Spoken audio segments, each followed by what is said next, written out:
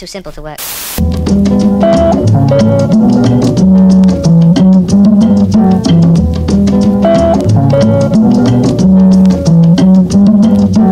We like living, we like gold, we like silver, we like hoes, we got goals, we just human, we don't know, yo, we ain't stupid. The only person holding my back is myself. I don't know anything, I just roam 7 seas, I just walk 7 lands. I am a human being, but power rests in my hand.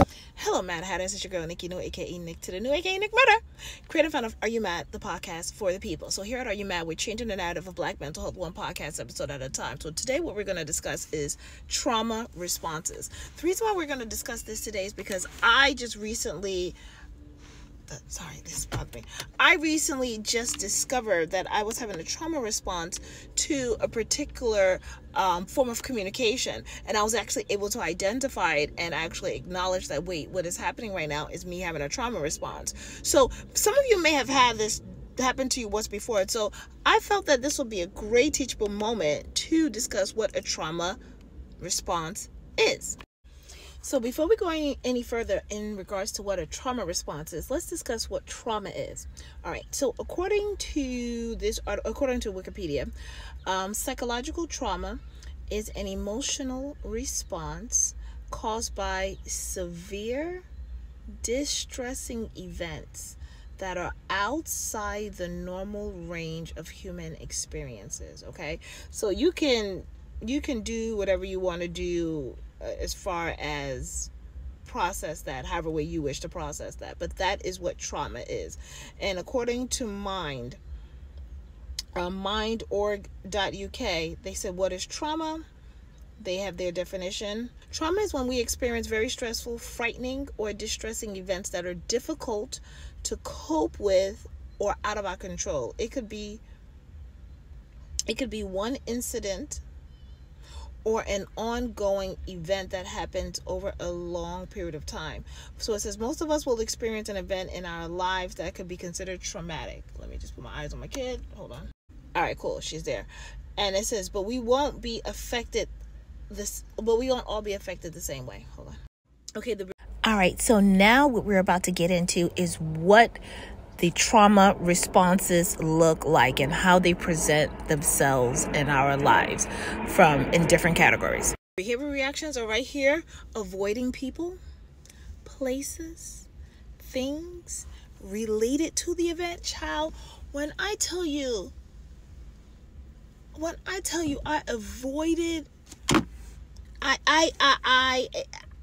I displayed avoidance. I totally displayed avoidance. The person was like, yo, why aren't you addressing me? And I'm just like, and in my mind, I played it out like it was normal to avoid an actual elephant in the room. I was just kind of like, nah, I'm not, and they didn't understand it. And I was just kind of like, oh my God, like, yeah, why am I avoiding it? You get what I'm saying? Like, I had to take a moment and say, oh my God, why am I avoiding it? Then I was able to actually take a step back, process, check it, do a little internal check-in, and it was like, oh, wait, you're avoiding it because there's some form of fear connected subconsciously to this discussion or whatever. Okay, so what is it? Avoiding people, places, and things related to the event, becoming isolated from family and friends, and having problems at work or school.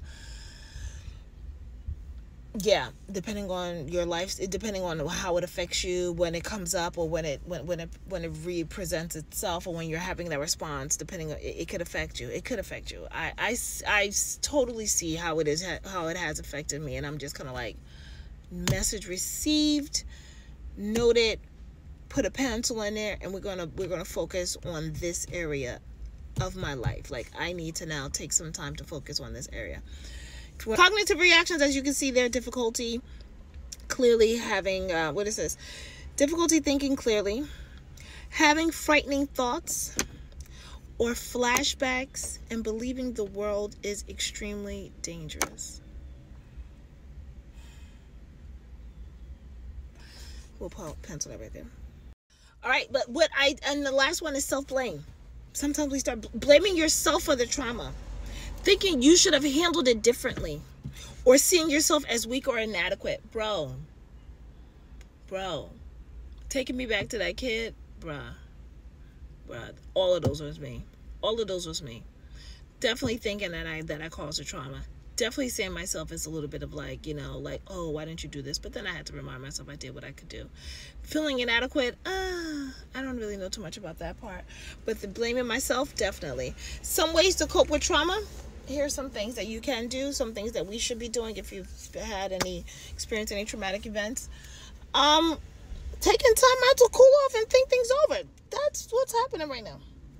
Totally what's happening. Totally what's happening. Totally what I gotta do. Walking away from the situation. Exercising daily. This is it sucks to, go through these things in life, but at the same token, it's really important as far as how we are handling it, addressing these issues. Are we ignoring them? Are we taking heed?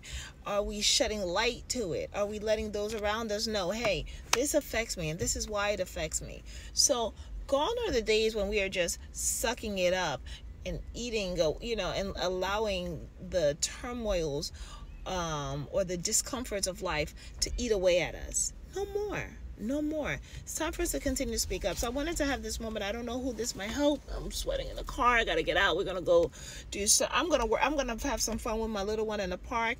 Do some grounding, and I'll probably most likely get some snapshots of that. But in the meantime, in between time, this is just a little friendly reminder that no matter how old you get, those events that might have been traumatic in your life as a child can resurface itself in your adult life and present itself in different ways in which you may not even be aware of if you're not conscious. And if you don't have somebody asking you maybe the right questions at the right time for you to have that self-reflective moment. Otherwise, you might think that how you're behaving and how you're moving is okay, and it probably might not actually be okay. All right, well, that's my name. That's my time. My name is Nicole, aka Nikki New, aka Nick to the New, aka Nick Murder, because I'll be killing with the truth, creating fun of Are You Mad? The podcast for the people. Be sure to check out the podcast, which streams on most major podcast platforms. Again, we're changing the narrative of Black mental health one podcast episode at a time, because we're actually addressing our baggage. All right, so until next time, are you mad?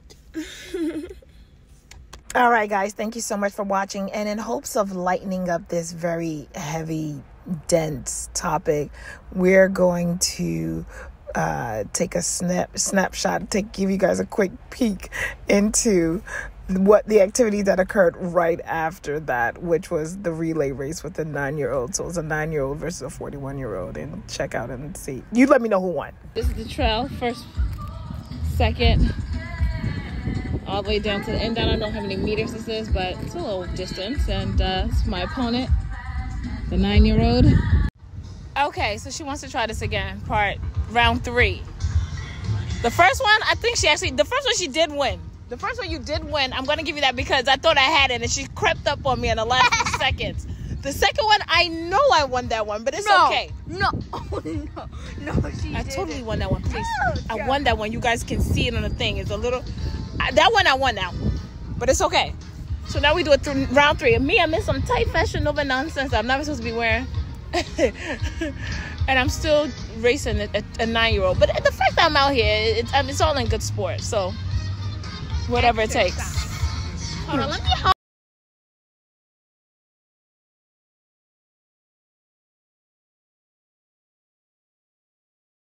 Are you mad?